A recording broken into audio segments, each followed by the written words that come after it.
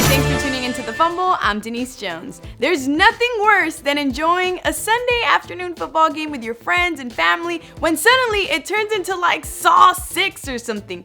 Devastating sports injuries are so difficult to watch because you never want to see something that could potentially end a career, and you definitely don't want to see a bone popping out of someone's skin or anything even remotely close to that. The team here at The Fumble spent hours researching some of the worst sports injuries of all time. Cringe-worthy videos, watching video after video after video, some of them just even like the most heartbreaking accidents that have ever happened in sports. Brace yourself. These are in no particular order, so kicking off, we have Paul George. In a scrimmage practice game for the Team USA back in 2014, George went up to block James Harden's layup and ended up getting hit and slammed in the basketball net's pole. He fell hard and bent his ankle at a 90-degree angle, snapping clean in half. Working out on your own, or whether you are playing. We have Shaun Livingston. This is how gruesome this injury was. When we were researching for some of these videos, this video in particular was the most challenging to find. Most of the content that lives online has just disappeared, so we found one for you. Before the Charlotte Hornets were called that, they were known as the Charlotte Bobcats. Livingston went up for a layup, and as he came down, his knee bent the opposite direction that knees don't normally do. It was just, ooh. To make matters even worse, the damn thing folds back underneath him. It took Livingston 2 years to come back.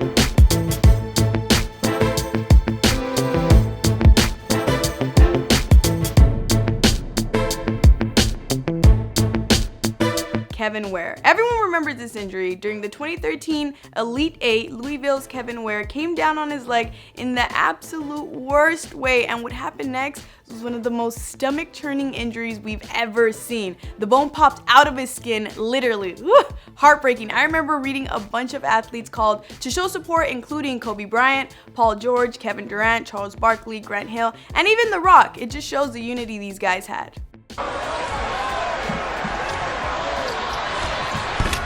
There's the shot right there for three. Thornton, he's been a presence for Anderson Silva. Speaking of gross leg injuries, back in 2013 at UFC 168, Anderson Silva got his rematch against Chris Weidman, something that he's always wanted. Unfortunately for Silva, during the second round, he landed a kick on Weidman's leg so hard that you could hear his shin cracking outside the cage. You realize how much distance people have from the cage to the audience, so the fact that you can just hear the shin cracking is insane. That injury was so messed up, it looked like he had no bone holding that part of his leg together. Whew. That nigga was surprised. Watch this, he checks it. Oh.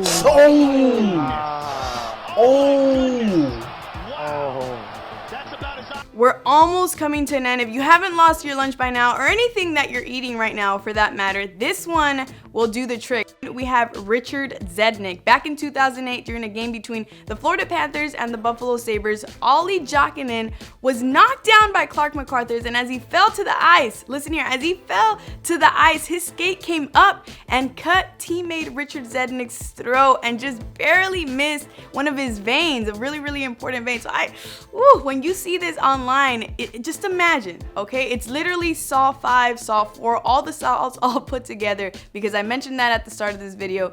This right here was Saw. Zednik missed the remainder of the season, but returned the following season. Thank goodness for that. He did the right thing. He went right back to the bench. And everybody here is standing, and anybody old enough can remember the Clint Malarchuk incident. These injuries were some of the worst we've ever seen. Man, a huge thank you to the athletes that go hard every day and lay it all on the line. Your work is definitely appreciated. Let me know what's the worst sports injury you remember watching in the comments below. And don't forget to like and subscribe while you're at it. For The Fumble, I'm Denise Jones.